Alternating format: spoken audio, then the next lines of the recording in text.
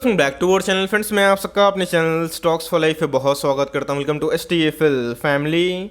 DFL members, आज मैं एक ऐसे स्टॉक के बारे में डिस्कस करूंगा जो अभी के टाइम में one of the most hot stock बना हुआ है। जी नहीं दोस्तों, ना ये कोई टाटा का शेयर है, ना कोई IRCTC के बारे में मैं डिस्कस करने वाला हूँ। जब भी दोस्तों मैं कभी भी इस तरह का टाइटल आपसे शेयर करता हूँ कि बहुत बार समझाया, तो गाइस इसका मतलब यही होता है कि मैंने उस स्टॉक को बहुत बार कवर किया होता है और उसके ऊपर मेरी कंटिन्यूसली कमेंट्री होती है। तो जी हाँ दोस्तों, एक ऐसा बिजनेस मॉडल है जो इंडिया का क्राउन बन सकता है। जी हाँ दोस्तों, अभी के टाइम की बात की जाए तो TCS की बात की जाए, इन्फोसिस की बात की जाए, रिलायंस की बात की जाए, इंडिया के क्राउन्स देखने को मिलते हैं। और इंडिया को दोस्तों ये बहुत ही ज़्यादा पॉपुलर बनाए हैं इन सब कंपनी में। लेकिन दोस्तों आने वाला जो डिकेड है 2030 तक, ये अपने आप में ही एक कंपनी के लिए बहुत ही प्रॉमिसिंग हो सकता है। और अभी के टाइम में जो न्यूज़ निकल के आ रही है, इसका इम्पैक्ट समझिए। और दोस्तों मैंने बहुत बार इसको डिस्कस भी किया था, अभी भी करता हूँ, आने वाले कल में भी करूँगा, बिकॉज इसमें मुझे अबव एवरेज ग्रोथ दिखाई पड़ती है। और जिस हिसाब से अभी के टाइम में कंडीशन इमर्ज हो चुकी है, इस स्टॉक को गवर्नमेंट का भी सपोर्ट मिल रहा है। और जिस हिसाब से दोस्तों कंपनी अपने शेयर में इंक्रीज कर रही है, मार्केट शेयर की मैं बात बोल रहा हूँ, ये दोस्तों बहुत ही प्रॉमिसिंग हमें देखने को मिल रही है। तो जी हाँ, लॉन्ग टर्म में आप ज़रूर चाहें ऐसे स्टॉक को ट्रैक कर सकते हैं जिनका जो ग्रोथ है हमें थोड़ा सा अबव एवरेज देखने को मिल जाता है। कौन सी कंपनी है, क्या न्यूज़ निकल के आ रही है और इंडिया का क्राउन ये कैसे बन सकता है, सब कुछ अनबायस्ड होकर मैं डिस्कस करूंगा। बहुत कुछ सीखने को मिलेगा। चैनल फर्स्ट टाइम होंगे, सब्सक्राइब कर सकते हैं इस तरह क्वालिटी कंटेंट को सबसे पहले एक्सेस करने के लिए। Now without delaying any for time, let's begin.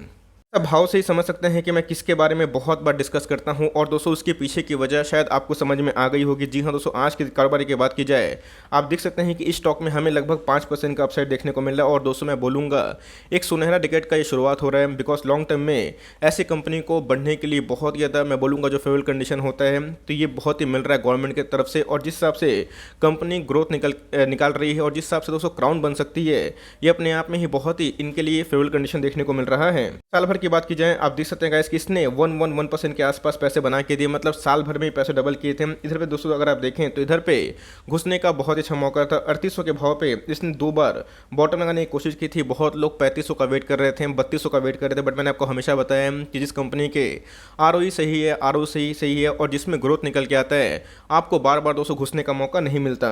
अब देख सकते हैं कि इसके पहले भी इसका जो शेयर प्राइस था 20 शेयर के पास था। हमने स्प्लिट के पहले भी खरीदा था और स्प्लिट के बाद भी मैंने इसमें वैल्यूएशन की थी। और आप देखते हैं गाइस कि ये अपने ऑल टाइम हाई पे ट्रेड करता हुआ दिखाई पड़ रहा है। कंपनी का नाम क्या है दोस्तों, आप देखें तो डिक्सन टेक्नोलॉजीज लिमिटेड इंडिया। तो इधर पर अगर आप देखें, डिक्सन अपने आप में ही एक ऐसी कंपनी है जिसको मैंने बहुत बार डिस्कस भी किया था। और मैंने क्या बताया कि इसमें जो ग्रोथ निकल के आ रहा है अबव एवरेज है। और जिस हिसाब से कंपनी अभी के टाइम में मोनोपोली इंजॉय कर रही है, याद रखिएगा इंडिया में अभी के टाइम में ऐसी कंपनी सिर्फ एक देखने को मिलती है। और जिस हिसाब से इनकी ग्रोथ निकल के आ रहे हैं, वो काफ़ी हद तक प्रॉमिसिंग हमें दिखने को मिलते हैं। तो मुझे लगता है कि लॉन्ग टर्म में ये कंपनी बहुत ज़्यादा और भी वेल्थ क्रिएट कर सकती है। इसके पीछे की जो रैशनल है, वजह मैं बताऊंगा, बिकॉज मैं हवा में बात नहीं करता, बिकॉज जो न्यूज़ आता है मैं आपको न्यूज़ का जो इम्पैक्ट है वो समझाता हूँ। बहुत लोगों ने इधर पे एंट्री भी की थी और आज उनके अच्छे खासे पैसे ही बन रहे हैं।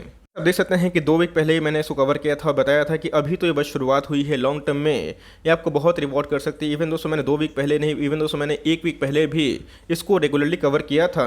अब देख सकते हैं कि हर दिन 1-2 दिन के बाद PLI स्कीम से इनको जो बेनिफिट मिलने वाला है वो हमें देखने को मिल रही थी। और मैंने रेगुलरली बेसिस पे डिक्सन को कवर किया है। मैंने आपको बताया है कि एफल हो गए, इंडिया मार्ट हो गए, डिक्सन हो गए, रूट मोबाइल हो गए, ये सब ऐसे बिजनेस हैं जो आने वाले कल में डिकेड में ये टिक सकते हैं। बिकॉज जिस हिसाब से इनके इनोवेशन देखने को मिलते हैं, ये अपने आप में ही एक चैलेंजिंग इन्वायरमेंट में भी अपने ग्रोथ को डिमॉन्स्ट्रेट कर सकती है। और जहाँ पे बिजनेस का ग्रोथ निकल के आता है गाइस, कंपनी का शेयर प्राइस उधर पे ही जाने की कोशिश कर देता है।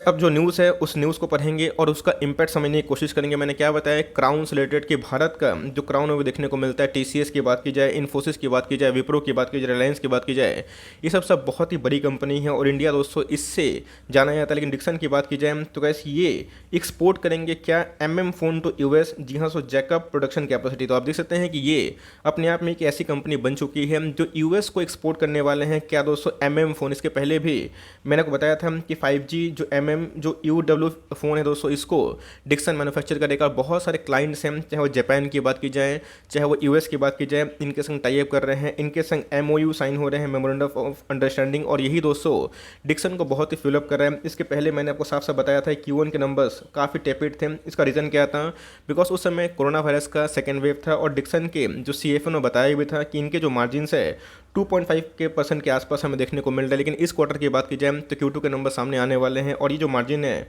2.5 से 4% के लगभग होने की उम्मीद है। और जिस हिसाब से डिक्सन को नए नए प्रोजेक्ट्स मिल रहे हैं, नए नए पार्टनरशिप हो रहे हैं दोस्तों, ये इनके लिए टॉप लाइन में बहुत वृद्धि कर सकता है। मैंने क्या बताया कि पूरे भारत में एक ऐसी कंपनी है जो अभी के टाइम मोनोपोली एंजॉय कर रही है। पीला स्कीम इनके लिए बहुत ही, मैं बोलूँगा कि ब्लेसिंग इन डिस्गाइज वाली कहानी देखने को मिल रही है। कोई भारतीय कंपनी अगर एक्सपोर्ट कर रही है यूएस जैसी कंट्री को, तो जी हाँ दोस्तों, ये इनके लिए बहुत ही अच्छा, मैं बोलूँगा कि टेक देखने को मिल रहा है। और अगर आप इसको होल्ड करते हैं तो जी हाँ, सिर्फ मुनाफा एंजॉय ना करें बल्कि ये भी देखें एक ऐसी कंपनी बन के उभरी है जो एक्सपोर्ट में भी काम कर रही है। और आने वाले कल में गैस ये कंपनी और भी अच्छा कर सकती है। इसके पहले भी पीएलआई स्कीम से 200 करोड़ का हमें एक न्यूज़ देखने को मिला था। ऑल दो थोड़ी मेरी तबीयत खराब थी इसलिए मैंने कवर नहीं किया था, बट दोस्तों 200 करोड़ का जो न्यूज़ था, जो ये क्या कहाँ काम करेंगे टेलीकॉम में, ये भी हमें देखने को मिली थी। इसके वजह से डिक्सन में हमें बहुत ही पॉजिटिव सेंटीमेंट देखने को मिल रहा है। इसमें आधा थोड़ा नॉलेज आपसे कभी शेयर नहीं करता हूँ, इसलिए थोड़ा सा और टाइम दीजिए। डोमेस्टिक इलेक्ट्रॉनिक्स मैन्युफैक्चरिंग की बात की जाए, डिक्सन टेक्नोलॉजीज हैज स्टार्टेड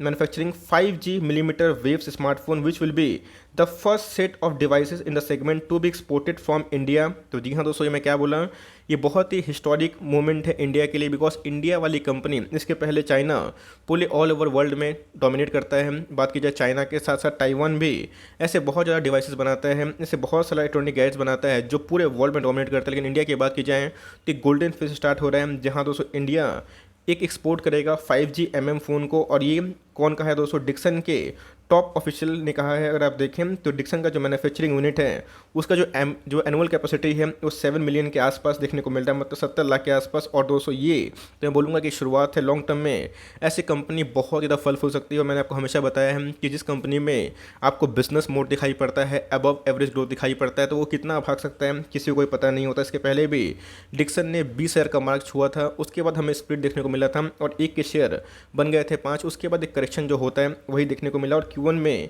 एक बहाना मिल गया। लेकिन उधर पे घुसने का एक लाइफ टाइम अपॉर्चुनिटी था जो बहुत लोगों ने गवाया भी और बहुत लोगों ने सही टाइम पे एंट्री भी करी है।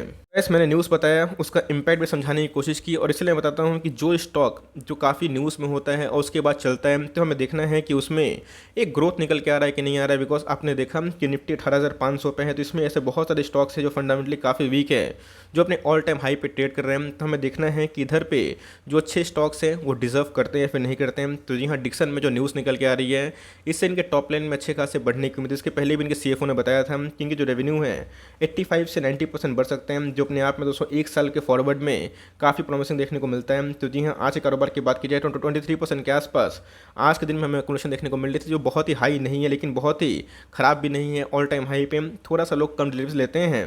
देखते ही देखते डिक्सन की बात की जाए, एक लार्ज कैप कंपनी आप कंसिडर कर सकते हैं। 32,000 करोड़ के आसपास की मार्केट कैप हो चुकी है। स्टॉक अगर आप पी देखें 200 के लगभग ट्रेड करता हुआ दिखाई पड़ रहा है। तो जी हाँ दोस्तों, ये अपने आप में ही थोड़ा सा हाई है, लेकिन मार्केट इसको प्रीमियम इसलिए दे रहा है बिकॉज मार्केट को इसमें ग्रोथ निकल के आता है। ऐसा लगता है कि मार्केट को लगता है कि आने वाले कल में ये दूसरे पीयर्स को डोमिनेट कर सकता है। और मोनोपोली का थोड़ा सा टैग यही होता है कि इनके अंदर थोड़ा सा प्रीमियम वैल्यूएशन होता है। ऑल्दो आप देखें इनके जो ROC है, ROE है, मैंने आपको हमेशा सिखाया है कि 20-25 में बहुत ही अच्छा मानता हूँ। इनके जो ROC है 33% के आसपास है और ROE की बात की जाए तो 25% के ऑलमोस्ट देखने को मिल जाता है। मैं इसी के बारे में डिस्कस कर रहा था। अगर आप देखें तो लास्ट 3 ईयर्स में इनके जो सेल्स हैं वो काफ़ी बढ़ते हुए दिखाई पड़ रहे थे।